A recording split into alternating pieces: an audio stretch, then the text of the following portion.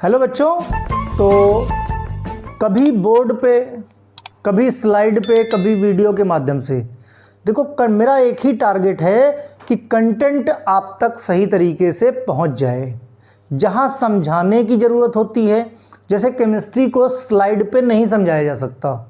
क्यों? क्योंकि जो मैं एक्सप्लेन करना चाहता हूं उतनी सारी चीज़ें, उतने स्ट्रक्चर उसमें बनाए नहीं जा सकते। राइट, मीन्स समझाना मुश्किल होता है। फिर भी आप लोग अपना व्यू दीजिए। जैसे कुछ बच्चों का कहना सर बोर्ड पे ही समझ में आता है, कुछ का कहना है स्लाइड पे समझ में आता है। तो जो सही है आप लोग अपनी बात बताइए। फिर उसी चीज़ को अगर सिर्फ बोर्ड पे ही समझ में आता है तो सिर्फ बोर्ड पे समझाया जाएगा। लेकिन अगर दोनों ये मेरे लिए ज़्यादा बेनिफिट है कि मैं दोनों पे अगर करता हूँ, लेकिन फिर भी अगर आपको समझ ना आए तो मेरे समझाने का कोई मतलब नहीं है। राइट, तो आज जो टॉपिक है एंटी ट्यूबरकुलर ड्रग। कौन सी? Anti tubercular drug. क्या होती है ये? जो ट्यूबरकुलोसिस के ट्रीटमेंट में हेल्प करती हैं drugs, that drugs are called anti tubercular drug. ठीक, अब एंटी ट्यूबरकुलर समझने के पहले समझना पड़ेगा ट्यूबरकुलोसिस क्या होती है। क्या है भाई ट्यूबरकुलोसिस? पहली चीज, ट्यूबरकुलोसिस क्या है? ये एक तरह की इन्फेक्शियस डिजीज है। कैसी है? इन्फेक्शियस डिजीज है, कम्युनिकेबल डिजीज है, एक से दूसरे में फैलती है। इसके लिए रिस्पॉन्सिबल कौन है? Mycobacterium tuberculosis mainly Mycobacterium tuberculosis responsible है। और कौन है? माइकोबैक्टीरियम अफ्रीकैनम है, माइकोबैक्टीरियम अफ्रीकैनम या फिर माइकोबैक्टीरियम बोविस। माइकोबैक्टीरियम बोविस काफ़ी रेयर केस में, रेयरली रेस्पॉन्सिबल होता है। लेकिन अपने यहाँ इंडियन कंट्री में देखते हुए सिचुएशन को सबसे ज़्यादा इन्फेक्शन होता है माइकोबैक्टीरियम ट्यूबरकुलोसिस की वजह से। ठीक, अब दूसरी चीज़ ये कि इसका जो डिस्कवरी है, एक यूनाइटेड स्टेट के साइंटिस्ट थे, यूनाइटेड स्टेट के साइंटिस्ट थे मिस्टर रॉबर्ट कोच। कौन थे? Robert Koch. रॉबर्ट कोच, ठीक, ये साइंटिस्ट थे। अपने देश में 24 मार्च को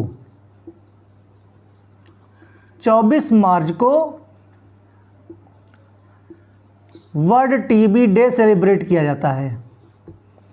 24 मार्च को world TB day, tuberculosis day celebrate किया जाता है। ठीक, दूसरा, एक समय था 1880 के आसपास, 1880 के आसपास मीन एंशिएंट टाइम समझ लो, 100-150 साल पहले टीबी बहुत ही ज़्यादा लेथल डिजीज़ थी। मीन्स मरने वालों की संख्या बहुत ज़्यादा थी।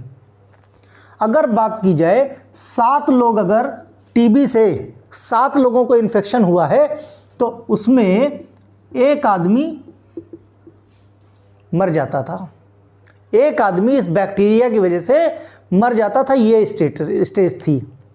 आज की डेट में ये 100% क्यूरेबल है, 100% क्यूरेबल है।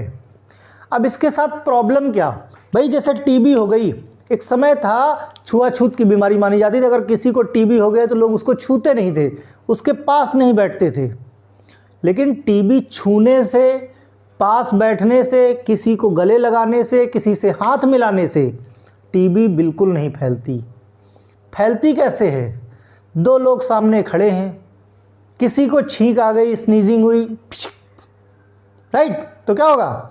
इधर की ड्रॉपलेट्स उधर चली गई और सामने वाले ने इनहेल कर लिया। या कुछ लोग जब बोलते हैं तो पानी बरसता है, मीन्स सलाइवा बाहर जाता है ना। कि अगर मुंह में पान पुड़िया खाए हों और आपसे बात कर रहे हो, सफ़ेद कलर का आप कपड़ा पहने हो तो ऊपर से लेकर नीचे तक सब लाल लाल हो जाए। ये केसेस होते हैं, है ना। तो ऐसे केस में मीन्स ड्रॉपलेट्स जब इधर से उधर होते हैं, जब ड्रॉपलेट्स किसी इन्फेक्शियस पेशेंट का, कोई हेल्दी पेशेंट इनटेक किसी भी तरह से इनहेल कर लेता है तो टीबी क्या है? कम्युनिकेबल हो जाती है, राइट। तो इस तरह से, लेकिन अब ऐसा नहीं है कि आप जब कोई टीबी का पेशेंट उससे हाथ ना मिलाओ, उससे बात ना करो, ठीक है। आप क्या करो, जैसे कोरोना में 2 गज की दूरी थी, आप 2 गज की दूरी बना के रखिए, कहीं कोई समस्या नहीं, दूर से बात कीजिए, कोई प्रॉब्लम नहीं होगी, ठीक। तो मोस्टली जो है, और ये जो माइकोबैक्टीरियम बोविस होता है, ये मोस्टली होता है इन बच्चों को बहुत हो जाता है। क्यों? क्योंकि ये स्प्रेड होता है इन्फेक्टेड मिल्क से, इन्फेक्टेड मिल्क को पीने से। मीन्स ये मोस्ट कहाँ पे, इन्फेक्टेड मिल्क के पीने से, इसीलिए मोस्टली बच्चों में बहुत होता है। प्रॉब्लमेटिक क्यों ज़्यादा होता है? क्योंकि इसका ट्रीटमेंट काफ़ी लंबा चलता है, 6 महीने से लेकर 9 महीने तक, और कभी कभी 2 साल लग जाते हैं इसके ट्रीटमेंट में। कंटिन्यूअस ट्रीटमेंट चलता है इसका, इसीलिए खतरनाक है। दूसरा, ये जो बैक्टीरिया है, ये क्या, अगर गलती से आ गया शरीर के अंदर, तो इसका जो मोस्ट फेवरेट पार्ट होता है वो लंग्स होता है, क्योंकि सांसों से अंदर चला जाता है। कौन सा होता है सबसे favourite part? Lungs, brain, liver, kidney. अगर ये लंग्स में पहुंच गया और अनट्रीटेड छोड़ दिया गया तो पूरे लंग्स को काला कर देता है, पूरा खा जाता है। मीन्स आदमी सांस नहीं ले सकता। इसीलिए देखो इतना एडवर्टीजमेंट चलता था कि अगर खांसी 3 दिन से ज़्यादा हो जाए, 1 हफ्ते से ज़्यादा हो, तो क्या करो, आप जाके टीबी का टेस्ट कराओ। अब टेस्ट कैसे कराओगे? एक बड़ा फेमस टेस्ट है, कौन सा? मैनटॉक्स टेस्ट। कौन सा? मैनटॉक्स टेस्ट, ठीक। ये इस बार एमसीक्यू में पूछा गया था।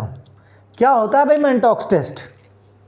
इसमें क्या करते हैं, ट्यूबरकुलिन लेते हैं, ट्यूबरकुलिन का इंजेक्शन लिया और सिंपली आर्म पे क्या करते हैं, जैसे पेनिसिलिन का सेंसिटिविटी टेस्ट होता है, वैसे ही ट्यूबरकुलिन का इंजेक्शन लेते हैं और क्या करते हैं, इंजेक्ट कर देते हैं। कहाँ पे? आर्म में। और उसके बाद उसका रिएक्शन देखते हैं, ठीक। तो इस तरह से होता है मैनटॉक्स टेस्ट। मैनटॉक्स टेस्ट, जिसको स्किन टेस्ट भी बोलते हैं। क्या बोलते हैं? Skin test. और क्या हो सकता है? Sputum examination. स्पुटम एग्जामिनेशन, भाई कफ वाली खांसी आती है, और कहाँ से पता चल सकता है? पेशेंट का एक्सरे निकलवाया जाए। जब एक्सरे निकलवाया जाएगा तो जैसे सपोज करो लंग्स का है, तो ऐसे करके वाइट कलर के पैचेस दिखेंगे। जब एक्सरा निकाला जाएगा तो उसमें क्या दिखेगा? वाइट कलर के पैचेस दिखना शुरू हो जाएंगे, ठीक। तो ट्यूबरकुलोसिस, जिनको क्या बोलते हैं, जो पैचेस होते हैं, ट्यूबरकल या नोडुलर बॉडीज, ये जाके वहाँ पे कॉलोनी बनाना शुरू करते हैं, और समय पे ट्रीटमेंट नहीं होगा अगर, तो जो वाइट पैचेस हैं वो पूरे कहाँ? लंग्स में फैल जाएंगे, और धीरे धीरे करके पेशेंट को सांस लेने में दिक्कत होने लगेगी, और अल्टीमेटली कॉज डेथ, राइट। अगर अनट्रीटेड छोड़ दिया जाए ट्यूबरकुलोसिस को तो बहुत खतरनाक हो सकती है, लेकिन ट्रीटमेंट है उसका। डायग्नोस्टिक टेस्ट हैं जिनसे क्या किया जा सकता है? डायग्नोस्ट किया जा सकता है कि हाँ भाई प्रॉब्लम कहाँ पे है, ठीक। तो ये तो बात हो गई किसकी? ट्यूबरकुलोसिस की। अब इस ट्यूबरकुलोसिस को, ये जो बीमारी है, इसमें बेसिकली क्या होता है? सारी प्रॉब्लम्स, मसल मास कम हो जाता है, पेशेंट दुबला पतला हो जाता है। डॉक्टर के पास जाओ, डॉक्टर कहेंगे हेल्दी खाना खाइए, एंटीऑक्सीडेंट से भरपूर खाना खाइए, ढेर सारा दूध पीजिए, प्रोटीनेशियस मिल्क लीजिए या प्रोटीनेशियस डाइट लीजिए, जिससे कि पेशेंट क्या रहे? हेल्दी रहे, उसको बराबर प्रोटीन मिलता रहे, ठीक। तो ये जो बीमारी है, इस बीमारी को ट्रीटमेंट में, इस बीमारी के ट्रीटमेंट में जो दवाएं लगती हैं उन्हीं दवाओं को बोलते हैं एंटी ट्यूबरकुलर ड्रग, राइट। बहुत इंपॉर्टेंट है एंटी ट्यूबरकुलर ड्रग। इसका क्लासिफिकेशन देखेंगे, क्लासिफिकेशन मैंने दो तरह से किया है, एक केमिस्ट्री के बेसिस पे और एक कोलोजी के बेसिस पे।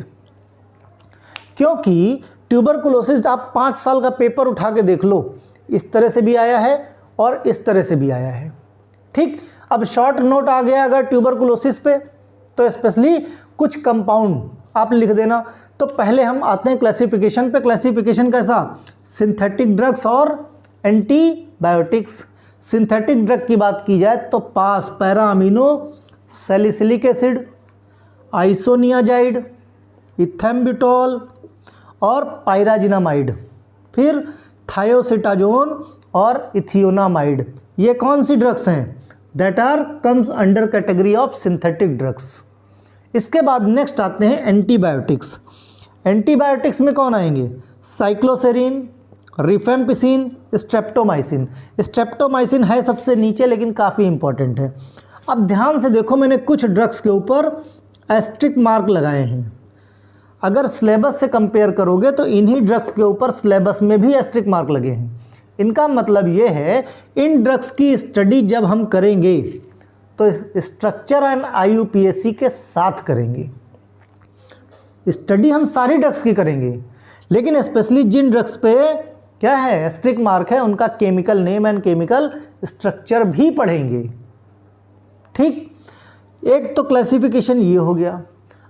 हम लोगों ने पेपर में देखा है कई बार, जल्दी ही शेयर करूंगा आप लोगों के साथ पेपर भी, उसमें कई बार क्या है कि फर्स्ट लाइन ड्रग्स एक्सप्लेन कीजिए या short note on second line drugs. अगर केमिस्ट्री के बिहाफ पे हमने बताया इस तरह से, वहाँ पे बच्चा फंस जाता है कि सर ने फर्स्ट लाइन ड्रग्स तो बताई नहीं, सेकंड लाइन ड्रग्स तो बताई नहीं, राइट। इसीलिए मैंने ये दोनों तरीके, इधर से भी समझो इधर से भी समझो, है तो क्लासिफिकेशन। पहली चीज़ तो ये समझो कि भाई फर्स्ट लाइन ड्रग क्या होती है।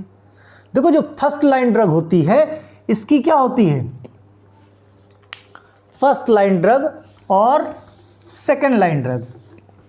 फर्स्ट लाइन ड्रग का मतलब ही केवल यही होता है कि इसकी हाई इफिकेसी होती है, हाई इफिकेसी होती है और लो टॉक्सिसिटी होती है। क्या होती है, लो टॉक्सिसिटी होती है, राइट। किसके, towards treatment of tuberculosis, treatment of tuberculosis. Second line drug क्या है, सेकेंड लाइन ड्रग इसका ठीक उल्टा है, हाई टॉक्सिसिटी होती है, इसमें हाई टॉक्सिसिटी होती है और लो एफिकेसी होती है, राइट। तो फर्स्ट लाइन भी पता चल गया क्या होता है, सेकेंड लाइन क्या होता है।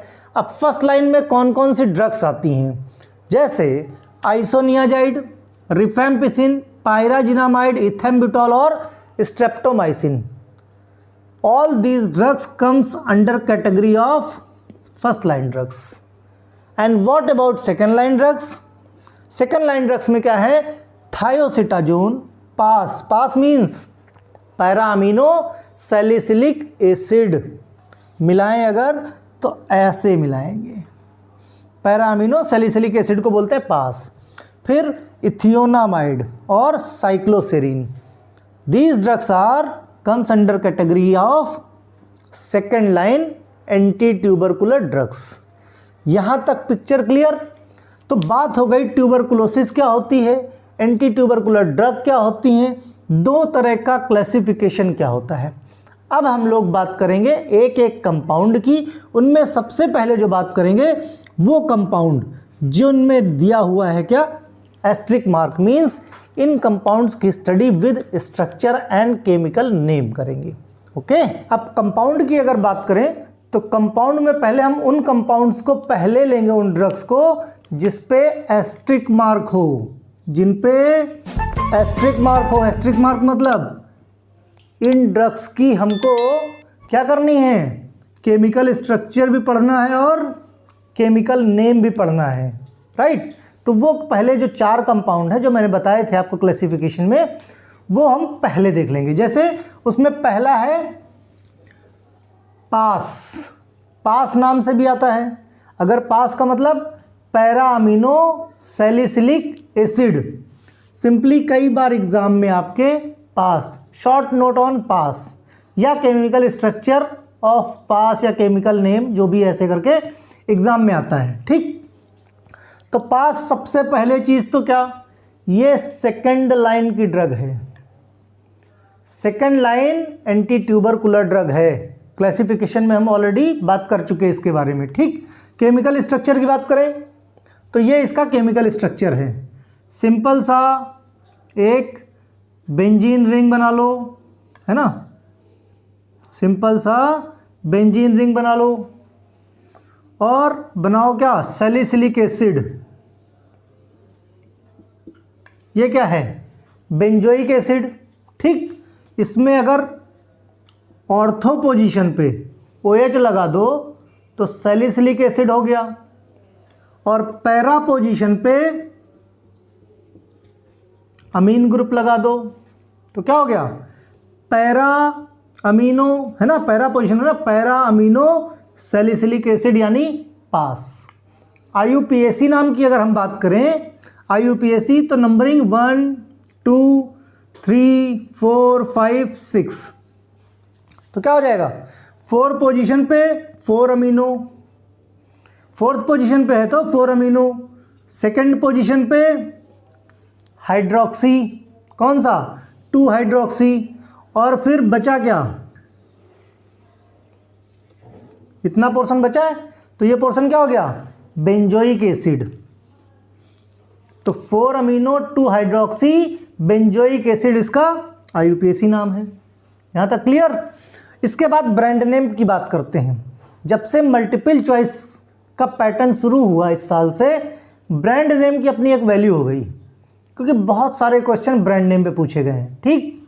तो ब्रांड नेम क्या है, ये पास, तो ब्रांड नेम एपास, एपासिल और पैमिसिल, तीनों ब्रांड नेम बहुत इंपॉर्टेंट है। प्रॉपर्टीज़ की बात करें अगर, तो प्रॉपर्टी में सबसे पहले कलर कैसा होता है, वाइट टू क्रीम कलर, कैसा होता है, white to cream colour. Test की बात करें तो सलाइन टेस्ट होता है इसका।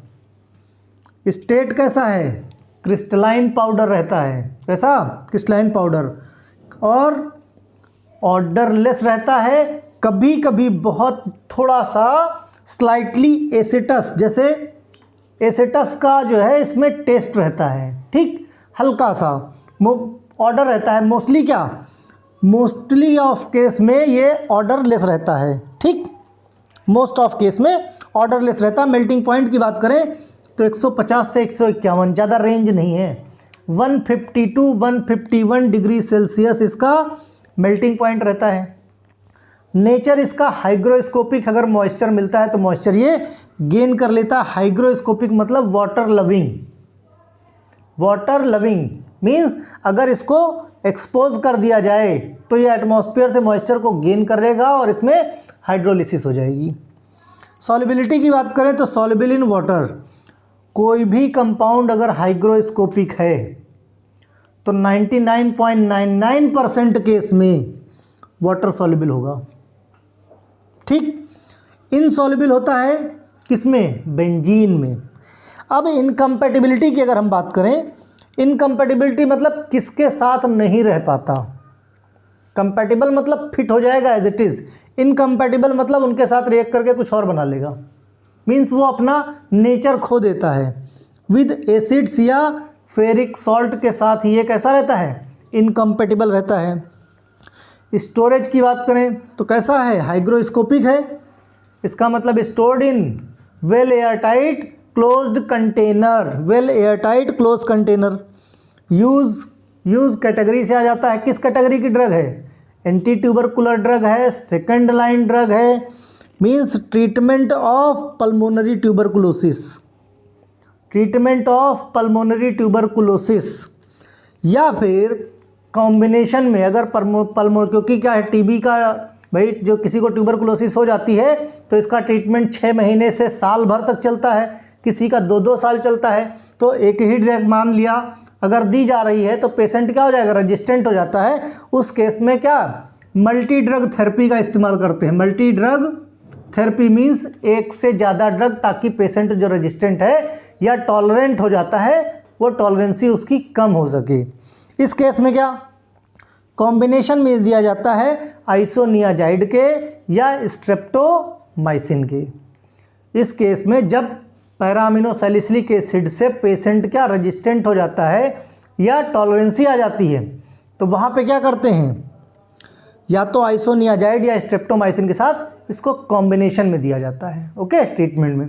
फिर प्रिपरेशन की बात करें यानी ऑफिशियल प्रिपरेशन और ऑफिशियल फॉर्मुलेशन, तो calcium aminosalicylate, calcium aminosalicylate as per Indian pharmacopoeia, या फिर कैल्शियम अमीनोसैलिसिलेट टैबलेट आती है एज पर इंडियन फार्माकोपिया या as per IP.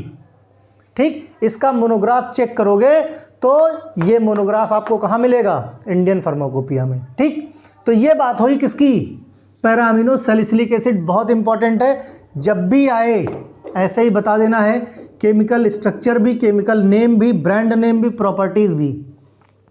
Incompatibility, storage, use या ऑफिशियल प्रिपरेशन की बात करें तो सारी चीज़ें क्लियर। इसके बाद एक ड्रग है आइसोनियाजाइड।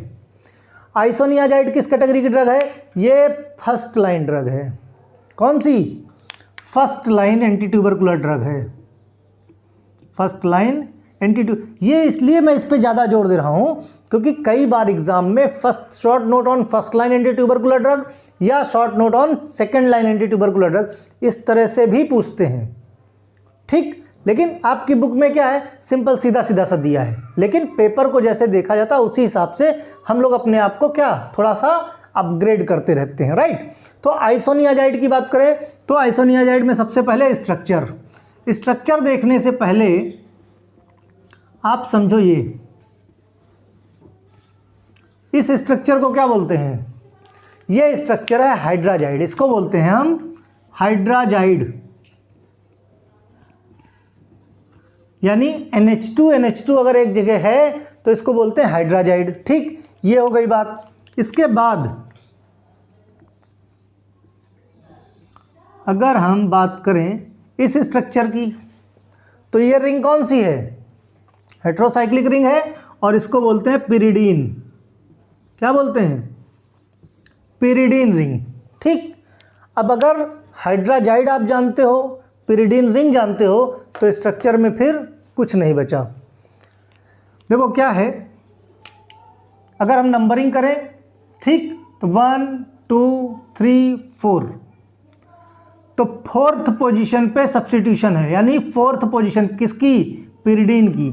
फोर्थ पिरिडीन, 4 पिरिडीन, ये क्या है COH, अगर OH हटा दो उसकी जगह पे क्या लगा दो, हाइड्राजाइड, तो carboxylic acid hydrazide, carboxylic acid hydrazide, ये इसका क्या है, केमिकल नेम। राइट, उसके बाद ब्रांड नेम की बात करें, अगर ब्रांड नेम की बात करें तो आइसोकिन, आइसोनेक्स और टिबिजाइड, जिसमें से टिबिजाइड कई बार पूछा गया है, टिबिजाइड कई बार पूछा गया। कई बार तो ऐसा होता है कि जो फेमस ब्रांड नेम है उन पे शॉर्ट नोट पूछ लेते हैं।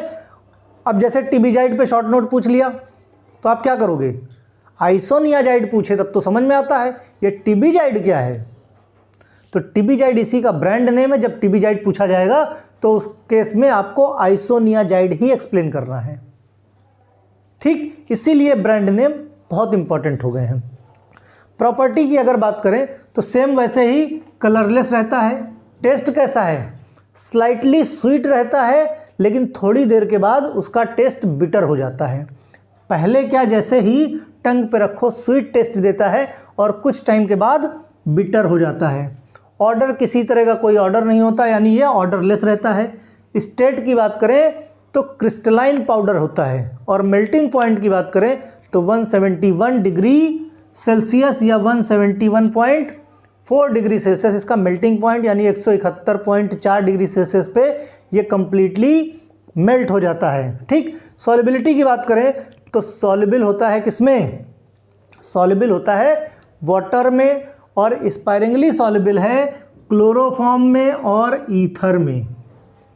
कंप्लीट सॉल्युबल है वाटर में और स्पायरिंगली सॉल्युबल है क्लोरोफॉर्म एंड ईथर में। यहाँ पे CHCl3 लिखा है, मींस क्लोरोफॉर्म। ठीक, उसके बाद इनकम्पैटिबिलिटी की बात करें तो ये शुगर के साथ, एल्डिहाइड के साथ, कीटोन के साथ, फेरिक सॉल्ट के साथ, इन सब चीज़ों के साथ क्या है? इनकम्पैटिबल मींस कंफर्टेबल नहीं फील करता है।